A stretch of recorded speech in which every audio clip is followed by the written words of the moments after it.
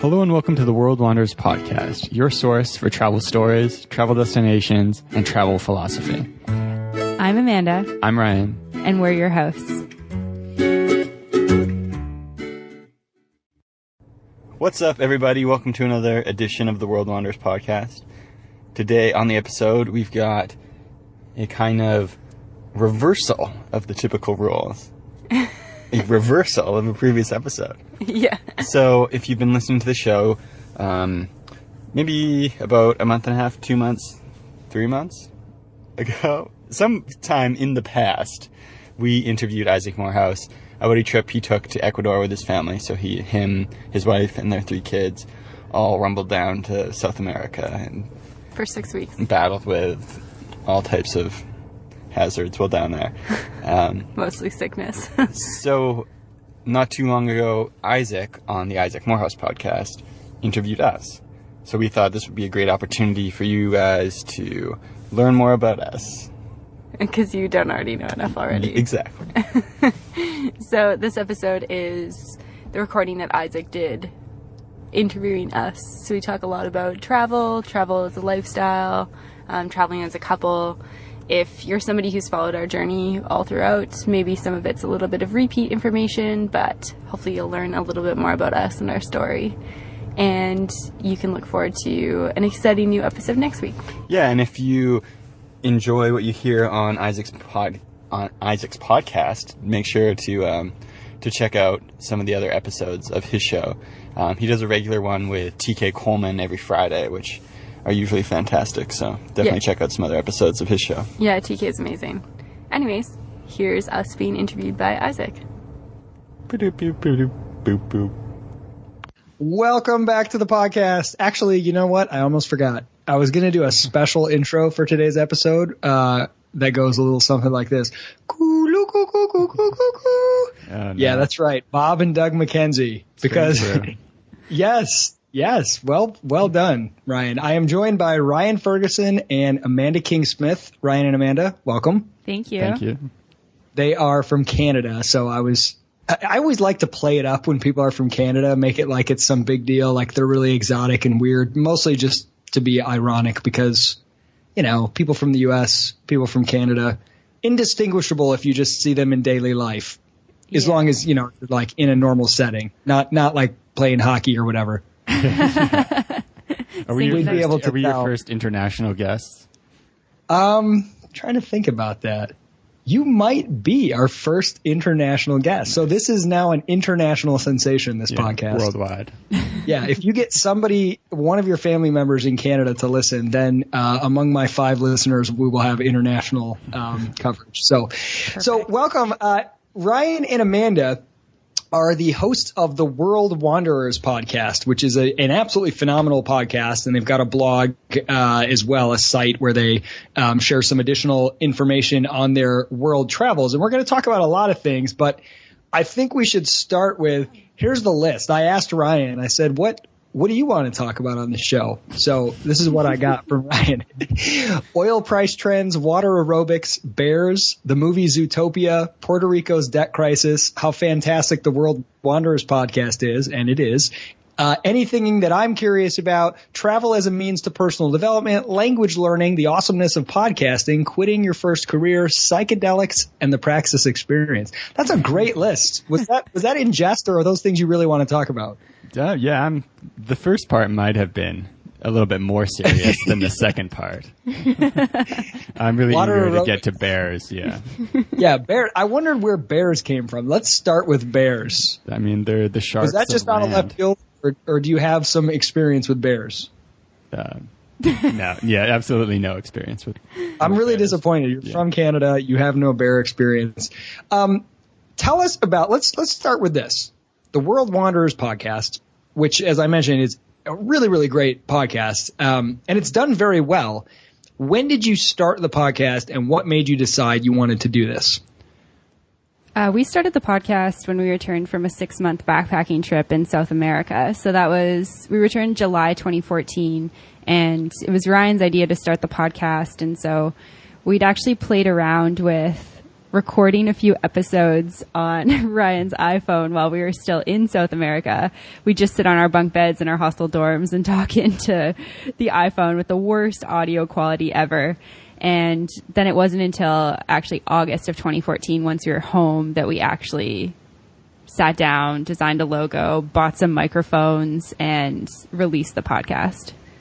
Ryan, what was the inspiration? Was this like, hey, this will be fun the way that, journaling is fun, is sort of self-discovery? Or was it, hey, we've learned some things that would be really helpful to other people when they're traveling? Or was it, hey, I want to turn this into my business and I want to become internationally known as a travel guru? What was the motivation for starting in the first place? Yeah, really wasn't that well thought out. I'd been listening to podcasts for quite a while. I worked in a vineyard during university and would just be outside all day doing kind of monotonous hand labor and just listening to podcasts constantly. And then I guess it's better than whining about it. Ba-da-doom. I told you I would have a glass of whiskey, so number one. I will probably make bad jokes. Yeah, and I've been thinking for a long time, like, it'd be cool to start a podcast, especially as a way to have conversations with cool and interesting people, because one of the amazing things about having a podcast is you can reach out to people and say, hey, do you want to come do an interview? Which is a little bit less weird than just saying like, hey, do you want to Skype with me? Random person you have never met before. And so, yeah, it was nearing the end of our trip, and I kind of been playing with the idea, starting a podcast. This was right around the time Tim Ferriss started his podcast. So I had listened to an episode he had done on starting a podcast, or he had talked about. Listened to another podcast episode on smart passive income about starting a podcast. And I was like thinking, what do I know? What am I an expert at? Travel came to mind. And I was like, oh, hey, this would be a really good opportunity for me and Amanda to have some awesome conversations. This would be a cool opportunity for me to be able to reach out and have cool conversations with other people. So that was really the genesis of it. And then over time, as it grew, it kind of started to become something where I was like, oh, this would be a cool way to maybe have a business. This is also fun in that it inspires other people to go traveling, and even people who have decided to leave jobs they don't like and things like that. Amanda, when Ryan was like, hey, let's do a podcast, did you have any objection to this? Like, I know, and I'm not trying to project on on your relationship, and I don't even know if you guys were dating at the time, but I know that, I'll have ideas like this all the time, and I'll pitch them to my wife. Hey, we should do this. We should. And her first reaction, probably just because it's coming from me, is always like skepticism and like, meh. Were you like, yeah, let's do this? Or were you kind of like, why would we do that? I was a little bit like, I don't know about this idea. I wasn't as into podcasts as Ryan was. It's actually kind of interesting. When Ryan started listening to podcasts, he listened to the sports podcast with these two guys named Tim and Sid, and I hated it. He'd put it on in the car, and I was like, I hate this. So then I generalized, and I was like, I hate podcasts. And it wasn't until I got whiplash playing dodgeball, which is ridiculous, in 2013. And I could no longer read on my morning commute on the train. And Ryan's like, why don't you give podcasts a go? And he's like, you don't have to listen to one about these sports dudes talking about sports. Like, there's a lot of other stuff out there. And so I started listening to How Stuff Works, and I started listening to Stuff Mom Never Told You, which is really like women's issues, and these girls are just hilarious. And I was like, oh, this podcasting thing's pretty cool. And so when he said we should start one, I was kind of like, I don't really know if we can do that. Like, can you just start a podcast? Don't you have to have some qualifications for this? And then we started talking more about how we could talk about travel. And I was like, oh, I love talking about travel. Okay, I'm down to give this a try. And I never imagined myself to still be doing it 2 years later and to have started another podcast that I was hosting on my own. That was never something that I would have thought if you would have told me in 2013 that this is where I'd be in 2016. It's so interesting how we have these sort of categories of activity, and we associate them with certain things that maybe we don't have. So take public speaking, for example, or in your case, podcasting. When you hear podcasting or, hey, give a speech, you immediately like map onto that well, I've heard people podcast and they're experts at, whatever, X, Y, and Z. Or I've heard people give a talk and they have spent their whole life studying, or they've written a book. Who am I? I don't have the authority. I don't have the permission. What have I done? And I think it's really hard for us to see the areas of our own expertise. Mm-hmm. I tell this to people a lot when it comes to public speaking. Like if you were told to give a talk on really any topic you can think of, I bet if you get creative, you can find a way to talk about an experience that's totally unique to you that somehow ties into that topic. And that way you are an expert on it because no one else has lived your life and your unique experiences. So I just think that's kind of an interesting epiphany. Like, well, how would I do a podcast? I'm not an expert. And then all of a sudden you realize, wait a minute, I've done something pretty interesting that not a lot of people have done. I've traveled to a lot of different places. I am an expert on my own experiences. Why don't I talk about that? And I think that's great. I mean, that's Hemingway, write the truest sentence you know.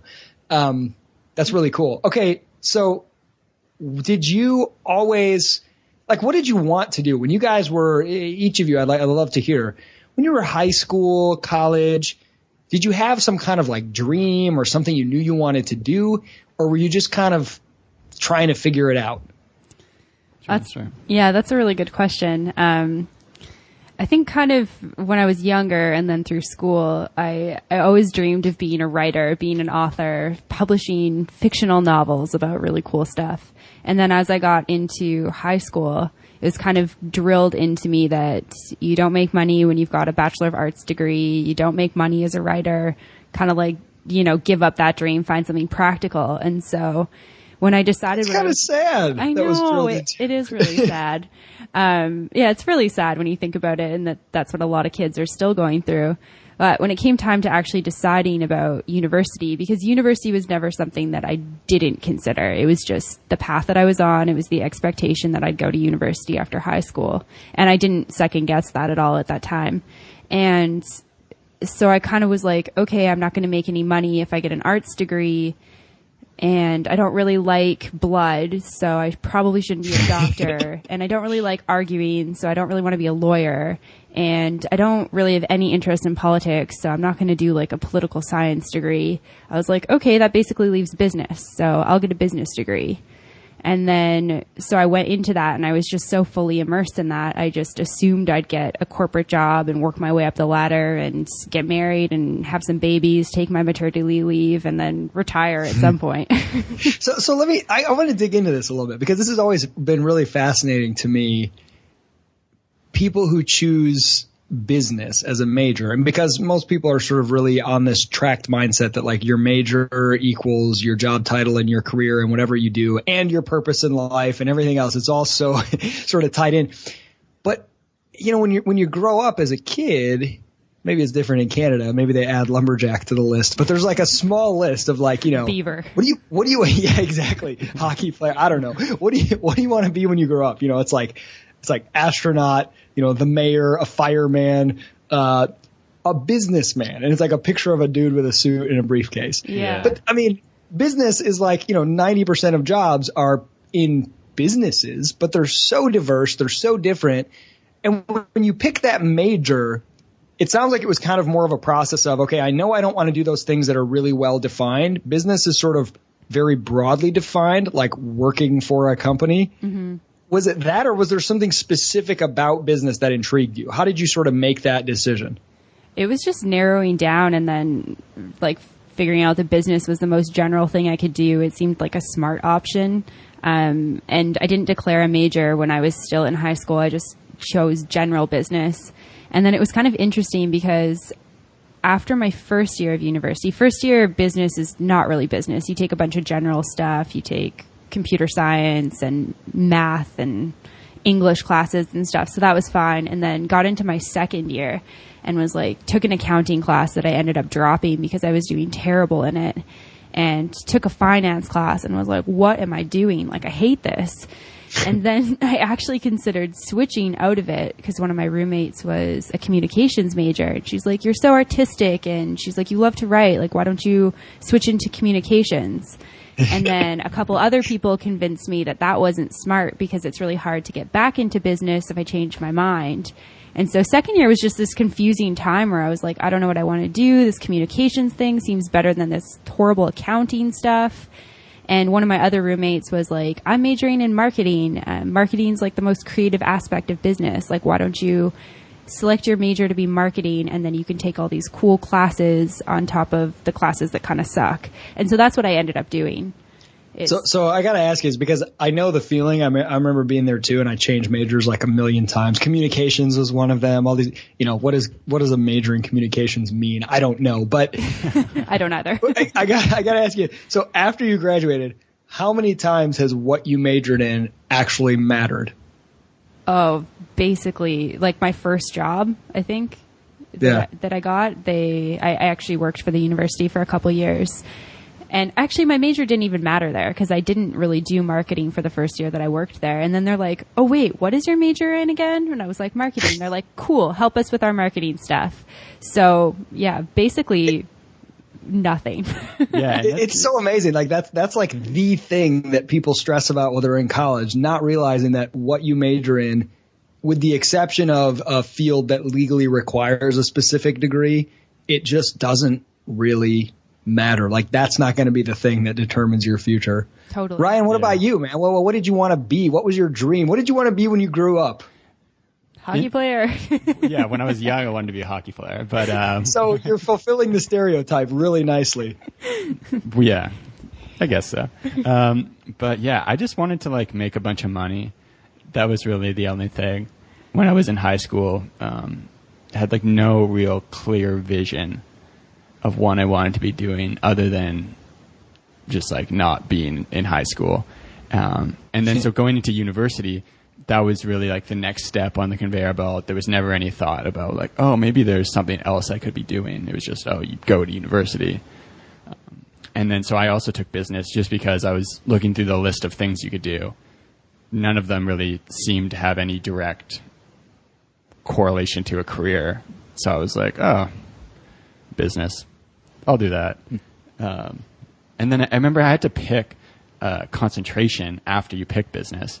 And I was like, okay, my dad's an accountant, so I don't want to do that. So I picked finance because it was like the closest thing. You're like, I want to rebel against my dad, and instead of being an accountant, I'm going to be going to finance. Yeah. Yeah, but then afterwards, like the same thing for me applies. I don't think, I mean, a couple of the accounting classes came in, like a couple of those concepts came up in my job after university, but yeah, basically I could have just written that I had that degree and I would have been fine. No knowledge really applied to my first job. That's what's so funny is, if you use the degree as a way to signal an interest or a knowledge level in something, it sends a slight signal. If you're applying for a marketing job and you said you majored in marketing, it's like, okay, this person is, somewhat interested in this and has been for a few years. But it's such a weak signal because no one believes if they're hiring you for a marketing role that you have like deep knowledge of marketing because of that major. You could signal that in so many other ways. It's just so interesting. Okay, so I'm going to ask two questions. This is a twofer. How did you guys meet? And then when did you take your first big trip? And sort of, I guess it's three questions. And was that like, oh, this is just a one-off trip? Or was that like a lifestyle decision? We are now going to be world wanderers. So we met in second year. Yeah, we lived in the same residence building in first year of university, 2 floors apart, but didn't really know each other. Then in second year, I was living with a bunch of friends like 5 guys living in a house, not a frat, but like similar lifestyle. Bachelor pad. Yeah. And Amanda lived up the street with 4 of her friends, and one of my roommates had gone to high school with a few of Amanda's friends. So our groups of friends kind of just started intermingling. Eventually, we got to know each other, started dating. So yeah, since second year of university, we've been dating. And then travel, we had both kind of had plans to go on trips immediately after we graduated, which was 2011. So after kind of like the first couple months of our fourth year of university, we started talking about going on this trip together.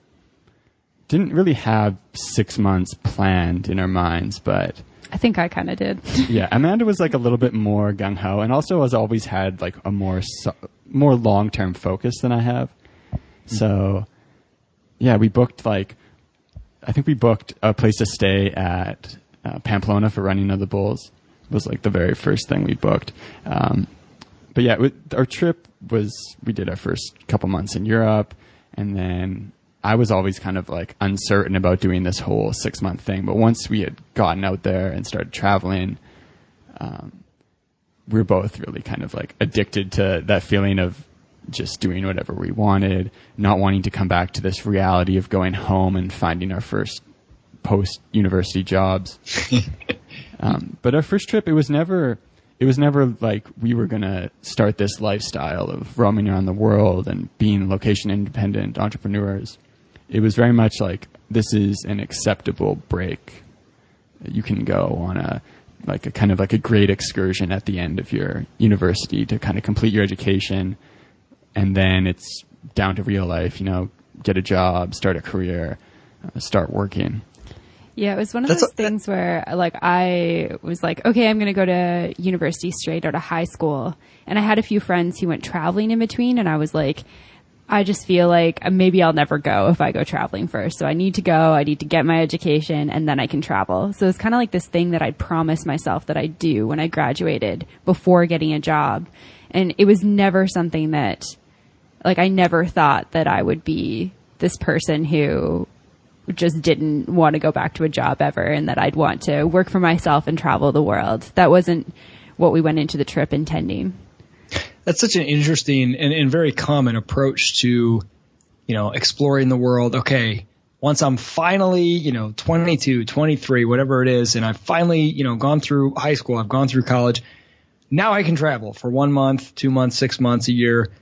Then it's sort of back to the grind, and then someday I'll retire and travel again. And I always feel like it's such a sad sort of, I think it's Seth Godin who's like, maybe instead of planning your next vacation, try to plan a life that you don't want to escape from all the time. Yeah. Like, if you love traveling the world, there are a lot of ways to create a life where you can travel the world a lot. It doesn't mean it's going to be easy. There's not going to be hard work, but I've always just found that kind of sad, the sort of like, I'm traveling the world before I kind of give up on having fun and just like plug into, quote, real life. Definitely. Yeah, I remember it's kind of a weird concept. We were out there traveling. We were both just avoiding thinking about the end of it.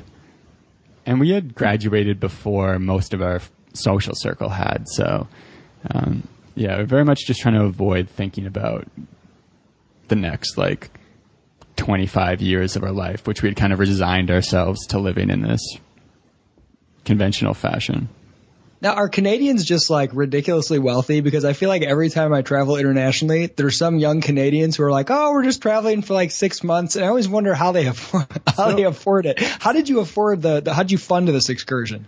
So we both worked in high school and in university quite a bit to have savings. But I've thought a lot about this too, because when you go traveling, you meet a ton of Australians, quite a few Canadians, and then compared to population size, very few Americans. Yeah. So obviously there's a cultural thing. It's way more culturally acceptable for Australians to be like, oh, hey, I'm quitting my job. I'm just going to go travel for 9 months and spend all my money.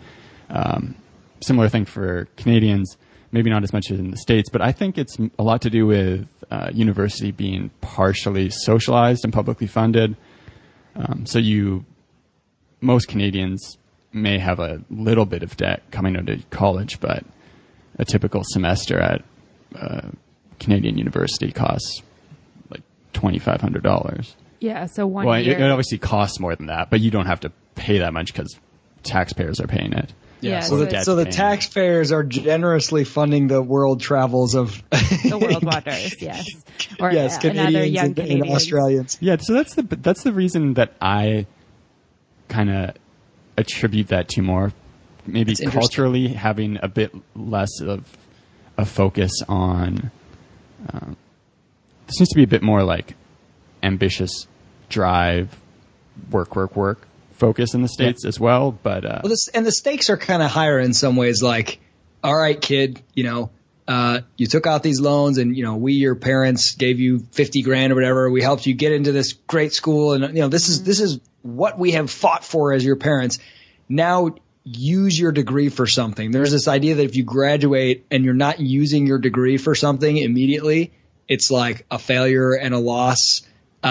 Which, my response is, if you don't want to use your degree, then don't go get it in the first place. But, but it is definitely a cultural pressure. There's definitely a cultural pressure in the United States that I think is a little bit stronger. And I mean, if you've got like $60,000 in debt, it's a little bit harder to be like, hey, I'm just gonna drop like $10,000 on a trip. What's the difference between 60 and 70? I'm just gonna go spend 6 months in South America. It's so interesting the ways that you can gain. So if you purely looked at it from like a human capital standpoint, like, okay, I'm going to invest in myself. What can I do in the next 3 months or 6 months with the least amount of money to get the highest return on becoming more of the type of person I want to be, more valuable in the marketplace, et cetera? International travel would rank pretty high, especially when you're young and you haven't had a lot of exposure to it. Those first few trips, I used to do summers when I was a teenager, and I would work and save up my money and go on these trips for a couple weeks or a couple months. The value is just so high. It's just, I feel like it's sad that many people don't see it that way. They see it as a luxury good. They don't see it as sort of a way to invest in themselves and becoming sort of who they want. And I kind of get the objections to like, oh, I'm going to go find myself, so I need to spend my parents' money for a year, wandering the hostels of Europe so I can discover myself. And it's like, well, why don't you just get a job, kid? Like, there's part of me that I get that. Mm-hmm. But I think it's just sad that why doesn't it start earlier? Why don't you start when you're 15, 16, 18, 20, just dabble in it. Get out there a little bit. It's not that expensive compared to, schools and universities and things like that. Yeah, definitely. I completely agree with that. Like the experiences that you can get internationally are invaluable. Yeah, and we've talked a lot about, between me and Amanda, how especially the kind of like a bit of a more roughing it backpacking style where you're staying in hostels. It's just incredible for like maturing and also really conducive to building self-esteem because you've just got to be completely responsible for yourself. You get split off from, your family, the social circle that you were in. You've got to continually meet new people and continually dealing with just kind of getting the things you need in a new city, especially if you're going places like South America where you have to, learn how to speak the language to get what you need. Or maybe you're in Asia and it's incredibly confusing to even cross the road or to find a new restaurant and all these experiences. If I could go back to be the 17-year-old version of myself, instead of going to university, and obviously Praxis is a very good option as well, but just saying, hey, I'm going to well played. That's product placement right there. Take this money that I would have spent on college and just go like peace off and spend like a year kind of roaming around doing whatever I wanted to do at the time, but nothing in particular. So I want to ask you guys about a moment that's very clear that you can remember in your international travels that sort of mirrors this. So now that I have kids, it's fun to see there are moments when kids, they are just beaming with pride. They're just so proud of themselves for having accomplished something that to an adult seems really simple, but to a kid, it's a big deal. So whether it's, beating a level in a video game or learning to spell some words or write something or learning to ride a bike, learning to do things that adults do, they have this sense of pride that's really hard to recapture. Yes, you can continue to give yourself challenges when you're an adult and you feel really proud when you achieve them. But there's something about being a kid in an adult's world when you learn to like do something that only adults can do where you just feel like, yes, I did it. International travel is sort of the one way as an adult to be in that spot where you're at the level of a child in many ways in cultures and languages you don't understand. And like when you figure out how to do something basic, you have that same sense of just like pride, like I can do anything. Mm-hmm. So do you guys have any examples of times when you're just really proud of yourself for what you accomplished that, if you were back in Canada or the States would not have been a big deal, but when you were out there on international travel, you just felt like, yes, I can do anything? Yeah, definitely. That's an amazing question.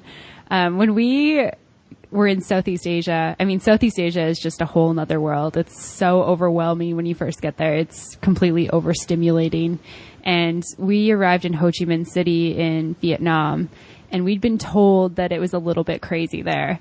And just being on the bus, I remember trying to snap photos from the bus window of all the mopeds that are there. There's just thousands of them everywhere. Everyone drives mopeds, except these big buses that carry tourists and locals around. And there's no street lights. And we were like, how do we cross the street? Like, there's a constant stream of motorcycles. And the people at our first hostel there told us that you just need to start walking. And I was like, I don't think so. I'm not going to do that. And they're like, well, you're not going to cross the street then. So it's like that scene from Indiana Jones. Like, you just have to take the first step across the canyon and then you'll see the bridge, Totally. Yeah, that's exactly what it's like. So Ryan and I rock up to our first big street, and there's just constant stream of mopeds. Like, the idea of waiting for them to stop is not even feasible if we want to cross the street. And so we kind of waited till like a local person got there, and then we just walked kind of in a parallel line with them. And so they step out into the street, so we step out too, and we're walking beside them. And I placed myself on the right side of Ryan so that I would be the last person to get hit if that was the case. And just started walking, and you're not supposed to stop and you're not supposed to run. You just walk at a steady pace, and the mopeds know to just plan their travels around you. And sure enough, it works.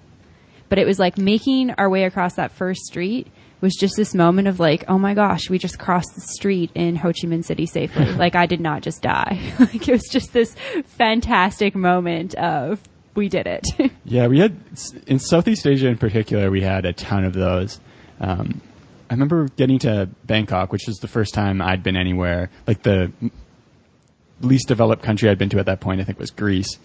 But in Bangkok, for some reason, there's a lot of people trying to scam you if you're white.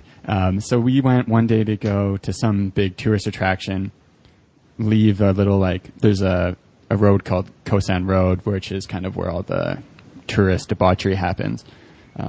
Leave that street, try to find a way to a river ferry, and on the way there, someone's like, oh no, the river ferry's closed, like something about the king, shows us some newspaper, but we can't read. So we're like, okay, this person's probably lying to us. Go out, take the river ferry, eventually end up downtown. And then to get back from downtown to the area we're staying in, they have these little canals with kind of like motorized canoes that you can take. They're called like water taxis or something. Yeah, so we were trying to find our way to one of those, talk to someone, they tell us the same thing, like, oh, these are closed, you can't find it. Eventually we find one of these boats. I don't even remember exactly how we decided which one we were going to get on, but get on one of these boats, spend 5 minutes traversing through these canals, eventually spot a landmark that we recognize. Dive off the boat. Just, jump out of the boat because they don't really stop. Didn't have to pay anyone for some strange reason. Wait, like onto the shore or into the water? No, yeah. They pull up to a platform really quickly, and then you just got to get out of the boat quickly before they start going again.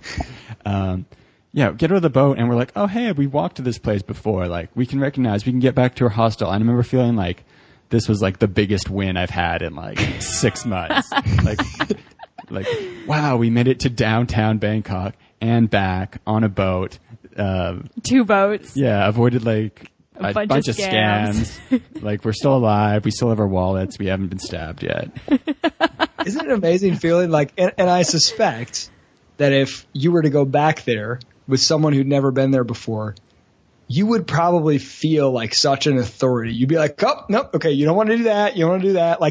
Even though you have just, a very small, relatively slice of experience, it's once you master something brand new for the first time, it just catapults you into a level of confidence and willingness to try things that I think is so beneficial. Yeah, it was funny we showed up in Bangkok. We were there for, 5 days at the start or something like that.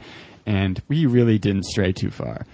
And then after not far at all. After spending six weeks going through Cambodia and Vietnam and Laos, and then coming back to Bangkok towards the end of our time in Southeast Asia, we just felt like, I don't know, king of the city. Like, maybe we've got city, this. but yeah, we're just going everywhere. Like, Bangkok, it's like the nicest place. Like, there's so much stuff to do. It's so amazing. This place that had been like terrifying the first time we landed because of how crazy it was, seemed like, first world country basically. That's really amazing. That's one of the things I love about, putting yourself in any situation that's really unfamiliar. International travel is one of the best ways I can think of to do it, but where it just puts things in perspective in a way where you realize how much more you have in common with certain things, or how relative things are in terms of, it's easy to feel like to have imposter syndrome. Like, I don't know a lot. I'm not an expert, whatever, if you stay in one really tight bubble. But when you expand your horizons a little bit, you realize that you have so much to offer so many people in the world. I mean, whether we're talking about the job market or just conversationally, I have a friend who likes to say, if you read 5 books on any subject, you will immediately be in the top 5% of people in the world in terms of knowledge of that subject. Like, you're not that far away from being able to sort of converse with experts.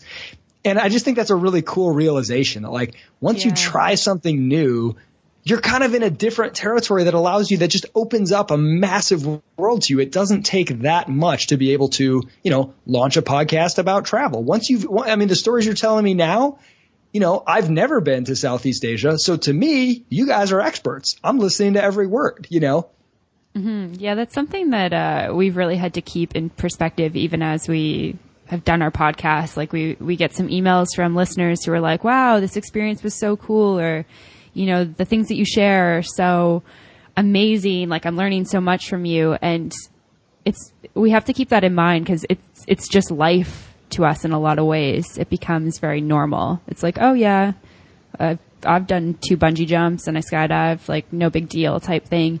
Not that it is no big deal, but it's just, you normalize it. It's because it's what you've lived.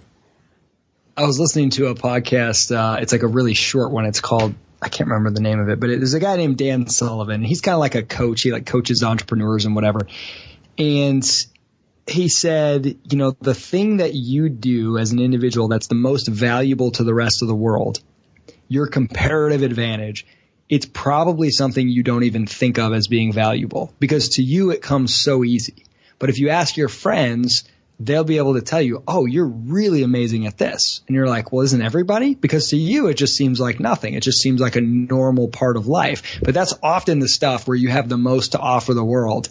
So, you said it's just kind of life to us. We're just traveling, taking trips. We're not experts or anything like that. But that's something, your ability to do that's probably valued a lot more than you understand by the rest of the world. Okay, I want to ask you about, so you guys are dating. Now, how many trips have you taken? Like, how many months have you spent abroad since 2011 when that first trip was? Together, we've spent 12 months apart. Okay. Not apart, sorry. I was going to say 12 months on the road together, and then we both took solo 1-month trips in 2015. And I guess you could count the U.S. as abroad. Yeah. I'm abroad right now. It's not. It really isn't. I mean, as long as there's Tim Hortons within 100 miles, it's not exactly. I don't think there's Tim Hortons. Well, you guys are, you're in Atlanta right now, so there's probably no Tim Hortons. So yes, you are in foreign soil. My passport says I'm traveling in the U.S. right now. So as a couple, I mean, that's a whole different dynamic. I mean, a traveling buddy for that long, for anything more than I would say 2 or 3 weeks, you're going to start to get annoyed with the way that people leave toothpaste in the hotel room, or, you're backpacking somewhere and somebody always has to stop to go to the bathroom or whatever. Yeah. That's hard enough as any kind of travel buddy. But when you're in a relationship and you're dating, I mean, I've got to imagine there's been some strain. What has that been like? What are the dynamics? Or is it the opposite? Like, you guys get along best when you're traveling, but when you're back home, you sort of like don't know how to have a normal relationship. I don't know. What has that been like? It was weird going into it the first time. A lot of people were like, oh, going traveling with your girlfriend. we'd that'll only been that'll be like dating for 2 intense or years. hard, as if it'd be easier to travel with someone you don't really know that well. It doesn't really make sense when you think about it. I wish people would say that about like, oh, having kids and you've only been married for a year, that's going to be really intense. Most people assume that's not going to be intense, but it is. Yeah. yeah, I did travel. Such a preposterous thing to say about it, but it's funny because it's something we've talked a lot about, how like for 12 months we basically spent like 99% of our time together. Like a few times we would stray and do our own things, but for the most part, like all the time we're together, which when you compare to someone who's just, or a couple who are going about their lives, both working jobs that are kind of like 8 to 6 with commutes, you're actually seeing your coworkers more than you're seeing your girlfriend, your boyfriend, your husband, Wife. I was like, I'm going too It's like long. you're missing Husband, You're wife, missing one. life partner, lover. Sorry if I missed anything. We want to make sure we don't miss anything. Yeah. Don't want to offend any of the listeners. But yeah, you just get to so much deeper level of conversation and just connection with someone when you're spending that much time with them. And of course, you also get, I think when you're traveling with a friend, your disagreements are probably More surface level? more surface. Yeah, like we've had some like pretty intense fights while we were traveling. The second time I want to hear about these.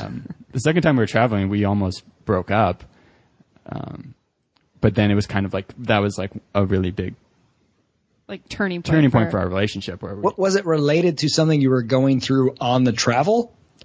It was a little bit, so it's kind of interesting because I'm like a pretty calm person, as you would have met me, and I teach yoga now, so that keeps me like pretty level-headed. But I was actually like explosively angry a couple years ago, and it just got to a point where Ryan was like, I can't deal with you anymore. Like it's not okay for you to use me as a punching bag. And it was just something, I mean, I grew up in an environment where that's kind of how we dealt with emotions, like not physically, but it's just, it's like, I'm angry, I'm yelling at you. And so that's what I knew to be okay. And Ryan kind of was the first person in my life who laid down the law and was like, that's not okay. And it took him being like, I can't do this anymore. Like, I can't deal with this. Where I was actually like, I need to make a change in my life. Like, it's not okay for me to treat somebody that I apparently love like that.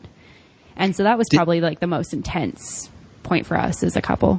Where were you? And did you worry like, oh no, what happens if we break up? Like one of us has to fly home, or, like from a practical standpoint. We were in Cuzco, Peru.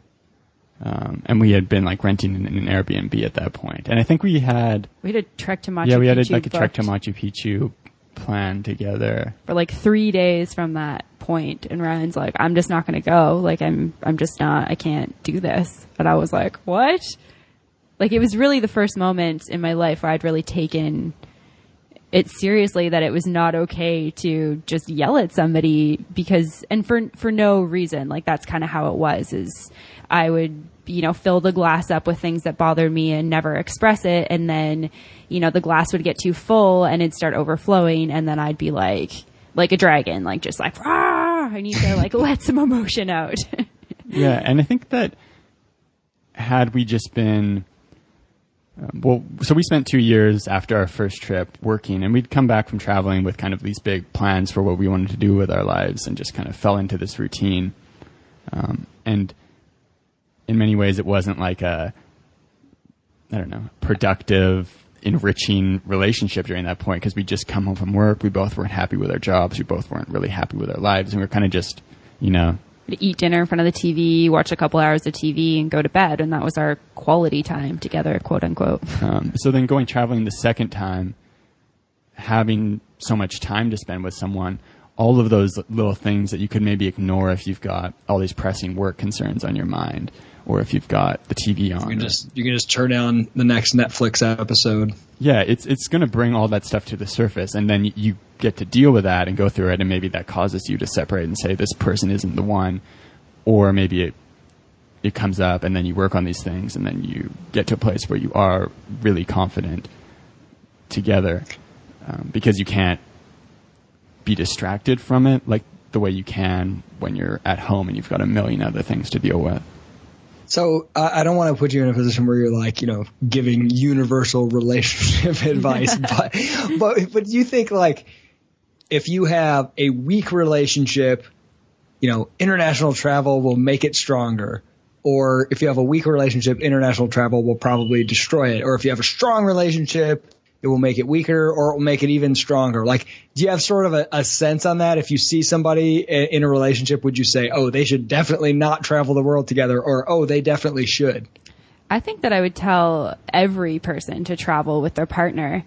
I mean, I think that if you have a weak relationship, that travel will bring out those things, and you can make a choice as a couple, or maybe as individuals, to either separate or to work on that.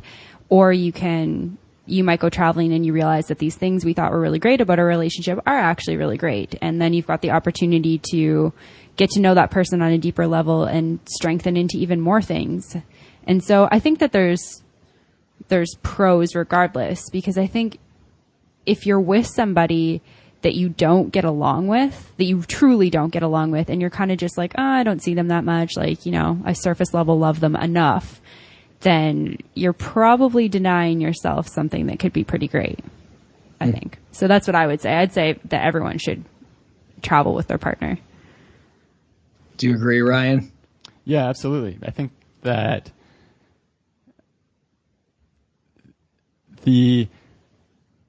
Amanda kind of touched on it, but the idea that it could cause you to, if spending more time with someone is going to cause you to split up or to have, issues come up, like, that's something you want to find out. It's like, if there's we're only good in a long distance relationship. Like, if we avoid each other, for 8 hours a day while we're at work, and then, like, mentally don't really connect when we're at home, like, it's fine. It's like, that's probably not a good situation to be in. So I think it's really good for bringing those things up. And then also just having, kind of like we talked about earlier, with, you get all these small wins and challenges that you get to overcome, and you get to do all that stuff together with someone, is really amazing. And it's also fun to just have so much shared experience together. There's sort of that, I don't know, band of brothers effect. Like, if you're in the foxhole with somebody, if you're in the trenches with somebody and just going through hard things together, there's a bond there that's a different kind of bond than you can get anywhere else. And when your relationship with your, spouse or your partner, when you also have that added on, you've been through some cool stuff together and seen how each other responds in a crisis and overcome it together. It just adds a really powerful layer that when things get sort of difficult in normal life, I think you can kind of lean on or almost use as a foundation. Yeah, definitely. How many languages do you guys speak? I speak English very fluently. I speak Spanish on a conversational Now, is that separate from Canadian? No, my Canadian English is pretty good too. I've been told. So English and then Spanish you as well? Conversationally, I would definitely not say fluently. You'll get some Latino person listening who will call us up and slew off some Spanish that I won't understand. Yeah, and I'm the same. I think I'm a little bit better at Spanish than Amanda. Yeah, and then any other languages? Ryan's a little bit better than we Spanish. Were both learned French in public school, but a testament to public school in Canada. Neither of us know any of it anymore. So that hasn't been, because a lot of people feel like, I can't go to X country unless I know the language. You guys have been to a lot of countries where you don't know the language at all. Has that been an impediment, or would you say, oh, you really need to learn the language before you go to, this place or that place? Or do you feel like, with a good, with English, you can find your way through just about anywhere? Being a native English speaker, you can really travel to most places and be okay. We try not to be like super ignorant to other people's languages. And I think that was from learning through experience. Because the first time we traveled, Spain was the first place that we went where we didn't speak the language. And at this time we only had high school level Spanish that we'd both learned, which was not good. And we showed up in Pamplona, which is a tiny little town in northern Spain where they host the Running the Bulls festival. And we were going to book a train ticket, and we walked up and we're like, habla inglés? And the guy just goes, no. And we were like, okay. Uh-oh. But yeah, like, uh-oh. And we're like, train a Domingo Barcelona. And he was like, just not having any of it. Like, he was really, really unimpressed, which I don't blame him for. And it was probably the most like culture shock I've ever experienced, because from there it was just going to order food, and my stomach doesn't deal with a lot of foods very well. So I'm really particular about certain things that I can and cannot eat. And I didn't know any words for food other than pollo is chicken. So I'd look at the menu, and most places didn't have English menus. And I would find something that said pollo and point at it and hope that it turned out to be something that I was able to eat. And it was just this moment of like, wow, I'm so ignorant to just assuming that everyone should speak the language I speak. And so that was a big learning for going to South America. We made a conscious effort to learn some Spanish before we went down to South America, and we continuously learned it while we were traveling so that we could get better and better and be able to get by in Spanish. And I think that's important, is especially for Latin American countries. Asia, not as much. Yeah, and it was so it was a conscious decision. After the first time we traveled, we were look back and we're like, wow, we were really kind of dumb for not we tried in Spain, but we really didn't even like try to learn a language in any of the other countries we visited. So when we were in South America, we were like, okay, we definitely gotta learn some Spanish, but it was still very much a utilitarian kind of mindset where we're like, okay, we gotta get Spanish so we can use this. But one of the big realizations I think we both had when we were traveling in South America was just how fun and engaging it is to learn a language. Mm-hmm. I really fell in love with it when I kind of like 2 to 3 months into our South America trip, where we had stopped for a while and we're doing a homestay and we're actually having conversations in Spanish with our host and going to Spanish school, and you could really start to use it.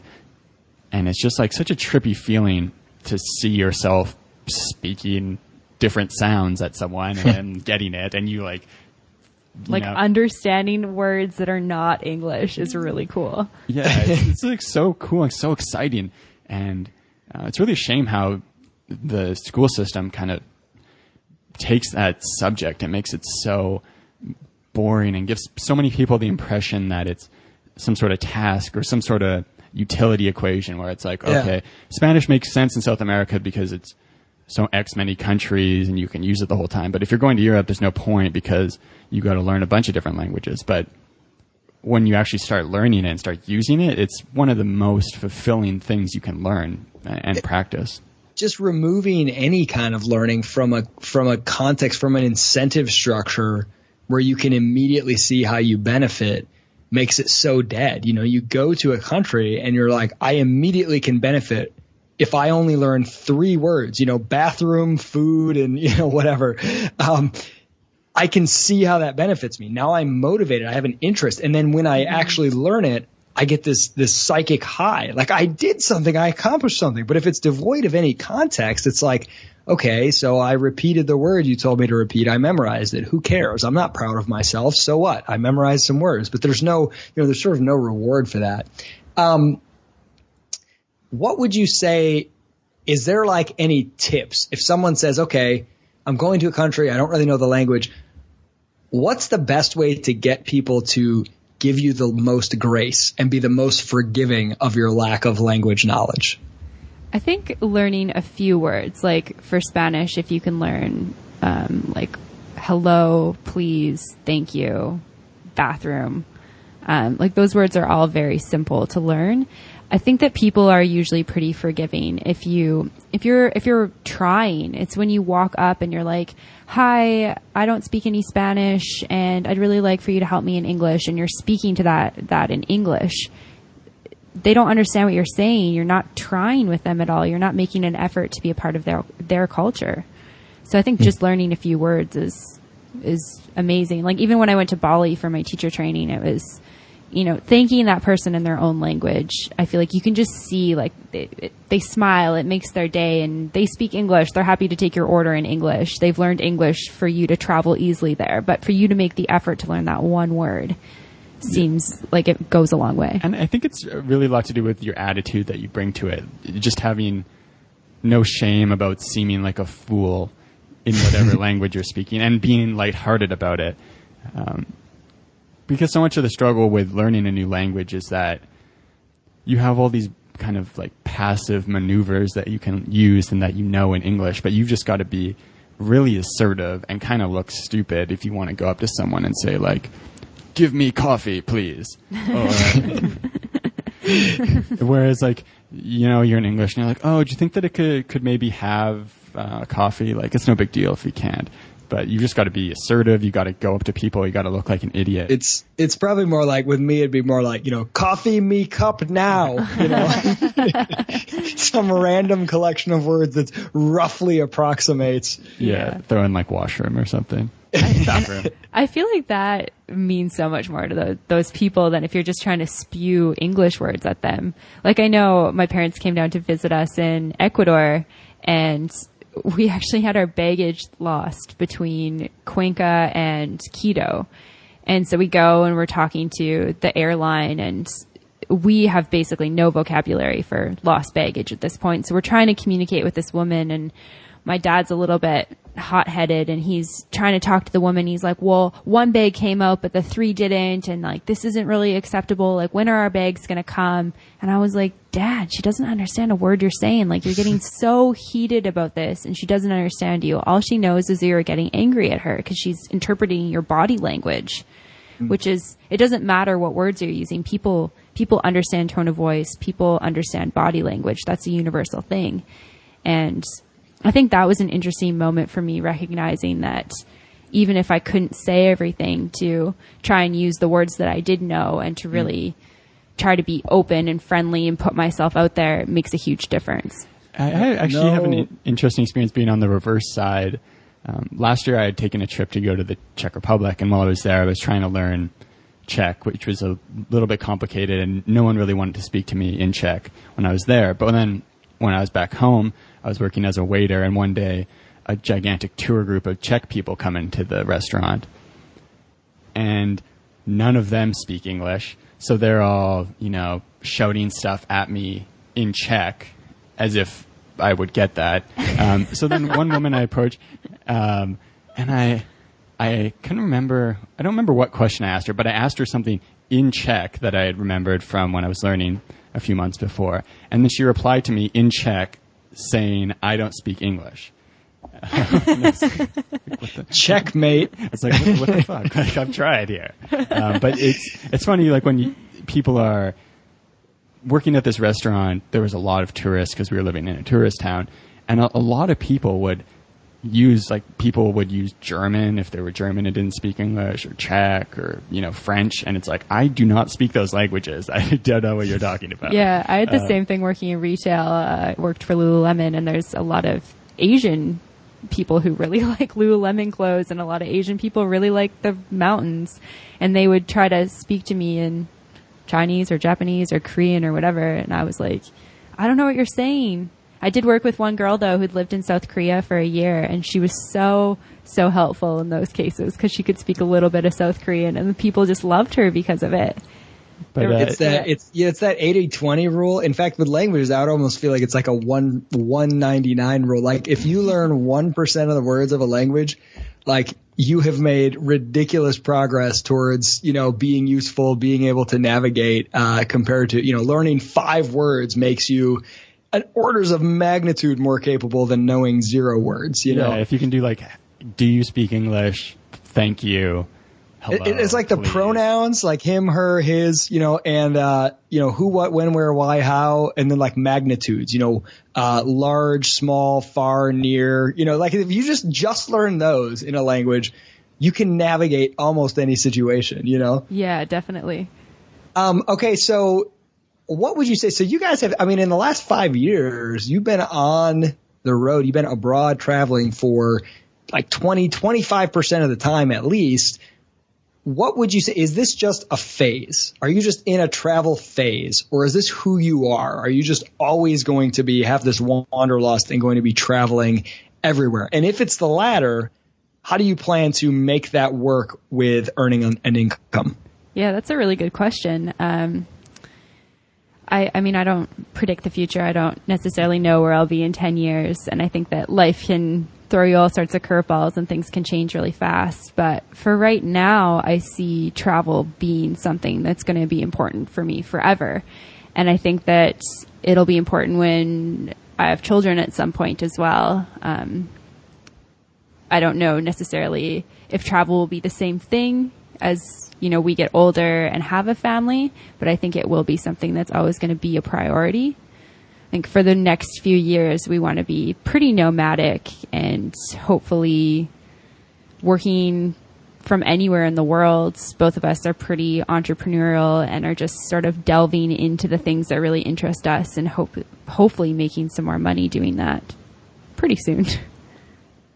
Yeah, and so Amanda and I have talked a lot about if we were to start a family, is it like how does it affect a child if they're just constantly on the move? And I think it seems like you need to provide some stability in terms of location so that they can have a social circle and people they know. But at least having like a couple months of the year when we're traveling as a family. But for the next kind of stage of our life, it's really about going from doing these trips as kind of a break between life. Yeah, like work for 2 years and then go travel. When we were coming back from that second trip, we were like, no,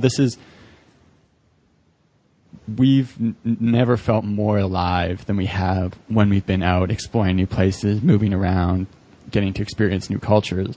So it's not really worth it to go back to living in this kind of lifestyle that makes us feel kind of like dead inside. So since that moment, we've been moving.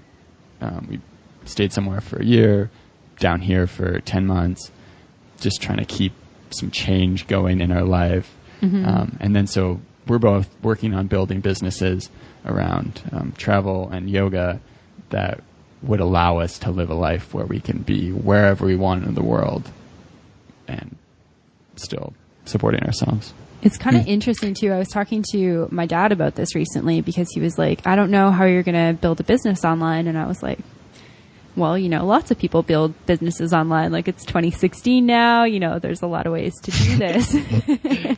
I mean, he's conventional like that. He's old school. But it was just interesting talking to him about all the possibilities that are out there. And I think that travel has really opened my eyes to how many possibilities there are. And I think that's a big thing, is that why life was so on the conventional path before we ever traveled is because you only know what you know. You don't know the things you don't know.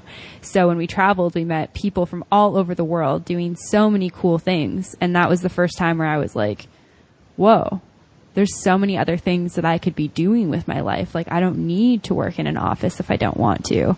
And then we got sucked into that. But then going the second time, it was like this affirmation of like, you know, life can be so much more. Life can be whatever you want it to be. And so I think that's where we're really at right now, is holding true to that and making that like a very real thing for us. So your podcast, which by the way, I love, it's you guys are you have like this very soothing sort of, it's like, listening to you guys discuss things. You have these very sort of calm voices and this really great, great rapport. Thank you. I love your podcast. It's done really well. I mean, it's been really successful, and you have sort of learned, at least it appears to me, how to kind of do digital marketing, how to market content online. You have a great book, a guide to traveling South America, which you can get at theworldwanderers.com. Your podcast has done really well in its category on iTunes. How did you learn the kind of marketing and business side of this podcasting thing? Is there certain resources you've gone to? What has been sort of the most valuable in helping you learn how to maximize that? That's a good question. I definitely think it's funny that you say we're doing it well, because I think on our end a lot of times we're like, wow, we're really like not doing this that well. We got interviewed. Well, I have 4 listeners and you have a lot more than that. So that's, to me, you guys are experts. We got interviewed the other day on a show called Slacking Ambition, and he sent us his little, like, I don't know, not a term sheet, but like, you know, we've got the interview questions and like all this like information and stuff. And we're like, wow, this guy's really on top of it. Like, we don't know. We're not doing this well. For some people I've been interviewed and they'll be like, okay, your show's going to air this date. Here's a link. Here's an image to go with it. I'd like you to do the following things to share it and promote it. And it's like this whole system. And you can feel like, oh, wow, I don't really have my stuff together. Yeah. And I mean, we even just got an intro probably like 10 episodes ago. Before that, we would just like sit down at the mics and be like, how ridiculous can we start this podcast? But I think we've really cultivated a bunch of listeners who really like just who we are, which is cool. I think though we joined a community called Podcasters Paradise, and it's full of other podcasters, other like-minded people, other people who have similar business goals. And I think that has been really, really helpful, especially for me. I launched a yoga podcast in February, and it was really, really helpful for me to have this support group as I launched this new podcast. And I mean, like anything, we learned so much from the World Wanderers. I feel like when I launched MBOM, I was way more on top of it. I was way more ready to go with a website, and you just so you're running a podcast around yoga right now. Yeah, so I have a podcast on the business of yoga, which is very cool. Yeah, right. It was Ryan's idea actually. What's it called? It's called MBOM. So it's like MBA, but OM for yoga. So it's mastering the business of yoga. Gotcha. Okay. That's great. That's awesome. Is that doing well? Yeah, it's been really good so far. And I've had just the most incredible conversations with yoga teachers from all over North America. And I think one of the most amazing things about hosting a podcast, like Ryan was saying, is talking to really cool people. And it's a guest-based podcast. I've only done one solo episode out of the 15 that I've put out so far, and I've learned so much about yoga, about being a yoga teacher, about the industry, that it blows my mind sometimes that this is what I do, I guess, for a living. Like, this is my work, is talking to people about something that I love. That's the big secret is, the real benefit to podcasting is it's fun, but like you get to access people that you otherwise couldn't, and just have these conversations and just learn so much. Like if you really want to learn from really interesting people, start a podcast and invite them to come and interview. And it's a really awesome way to build out your network and to just, have great conversations. I'm totally with you there, which is why I have you guys on the show. Okay. So we did not get to several things. Psychedelics, I would actually love to. We might have to do this at a separate time.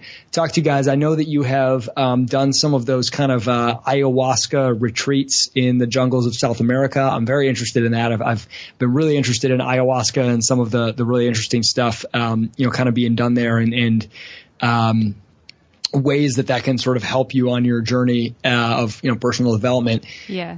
We didn't get to that, but maybe we'll come back. I'll have to bring you guys back. This gives me good reasons to bring you back on. Yeah, definitely. And Zootopia. We need to talk about Zootopia. Bears. Ryan is in the Praxis program right now. I should have, gotten in there and been like, tell us about why Praxis is so amazing. I hear they've gotten a good advertisement in there. We can come back to that stuff maybe at another episode. But I want to ask you guys before we go. First, I want to make sure everyone knows the worldwanderers.com. Go there, download. It's actually in Mexico. The guide to, it's the website itself is physically located in the south. You won't be able to access it after the wall gets built. The guide to traveling South America. Very, very cool stuff. What would be if someone said to you, hey, you guys are an inspiration to me. You're traveling and your whole entrepreneurial gig and just kind of living life on your own terms. What's one book you would recommend? What book would come to mind for each of you? Oh, that's such a good question. I don't know. One book. That's pretty tough. I feel like you don't know how much Ryan loves books, I don't think. How many books have you read this year, Ray? Probably hundreds. Probably not hundreds. It's like, meh.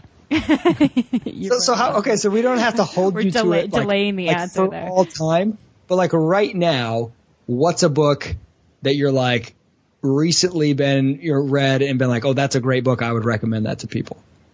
Like just in general, in terms of like self-development or just any category. Anything that if someone said, what book should I read? Well, what do you think? What would you pass along? Do you know? You're making me do too much work to ask this question. I know. It's just hard because we're both really avid readers. You're like hardcover, paperback. Yeah. Price range? Can it be in the $2 range? No. Something that has changed my life in a really, really big way, like we were talking about before, just how I was kind of explosively angry. Nonviolent Communication by Marshall Rosenberg, like actually changed my life. Like it was something that, you know, after Ryan and I had that big fight, I made a promise to myself that I was going to change my life in a really big way and I was going to get my shit together basically. And I went on the search of how to communicate better with the people around me. And this book popped up in my Google search and I read it and I felt like there was something really good there, but I didn't know how to use it. And I found a practice group in Calgary, Alberta that I went to. And then I reread the book. Since then, I've kind of dabbled in it, you know, third, fourth time, just reading parts of it. And I think that whether or not you're in a relationship, communication is so huge on a day-to-day basis. You communicate with every single person you interact, whether or not it's a smile or a head nod or crossing your arms to close yourself off. There's so many ways that you communicate. And I think that having open, authentic, nonviolent communication is really important. And it's something that has fed into my teaching as a yoga instructor, into podcasting, into all my relationships, not just my relationship with Ryan, like my relationships with my parents and my brother and my friends. So I think that would be probably the book that's been the most inspirational for me. While you were saying that, I could hear one of my kids screaming violently in the background. So that's great. So nonviolent communication. Who was the author? Marshall Rosenberg. Marshall Rosenberg. And Ryan, what about you? I recently read it again, and I felt like I didn't relate to it as much. But a book that had a big impact on me, kind of in the near end of university, desiring to go adventuring, was Into the Wild. That's a good one. Which, yeah, kind of a sad story eventually, but that's the one they made the movie about, right? Yeah. Where that great Eddie Vedder soundtrack. Yes. Fabulous soundtrack. Yeah, it's a great movie. It is a great movie. It is a little bit sad, but like there's something sort of pure about it as well. Yeah, and this just kind of like search for something, this external search for something, which you finally come to the conclusion you've been looking outside for the solution, but the solution and the search needed to be directed internally. Kind of like summed up a kind of a portion of my life. So that book was a big inspiration. As far as lifestyle wise, I didn't love the book, the whole book, but Vagabonding by Rolf Potts. That book was big for even though so I shouldn't say that. I haven't actually read the book, but there was a Tim Ferriss podcast episode where there was an excerpt from the book that was read. Oh yeah, and that was what inspired me to be like, honey, we need to go spend 6 weeks in Ecuador. Yeah. So I guess I shouldn't say the book has influenced me because I haven't actually read it, but that excerpt was. Yeah, and so that definitely kind of hits on a lot of the lifestyle things that I really have tried to align my lifestyle with. Yeah. Ryan and Amanda, this has been absolutely awesome. Theworldwanderers.com. Is there any specific episode of the podcast you would recommend people start with, or just start at episode 1? Start with episode 91, Isaac Morehouse on traveling with a family. Oh, well played. You know how to stroke a guy's ego. Yes, that is the best place to start, episode 91. Yeah, and we definitely did improve as time went along, so if you do listen to episode 1, maybe be a little lenient. That's what I always feel like too. It's like I want people to listen to the whole thing, but I'm also kind of like, yeah. When I go back and listen to the early ones, it's It's like anything. I feel like you probably have experienced this with public speaking, like getting to go back somewhere that you spoke to when you were really new is like, yes, I'm going to blow your mind. Like, yes. I felt that go was listen to the first teaching one. Yoga. Yeah. Go to the first one and then the most recent one, and let me show you how much better I am. Ryan and Amanda, this has been absolutely awesome. Really appreciate it, and I hope to bring you guys back. Awesome. Thanks so much, Isaac. You bet. To find more information, relevant links, and photos talked about in this week's episode, check out theworldwanderers.com. If you have a question, comment, or feedback, send us an email at info@theworldwanderers.com. Join our community on Facebook at The World Wanderers or on Twitter at World Wanderers 1. As always, thanks so much for listening. Have a great day. Bye.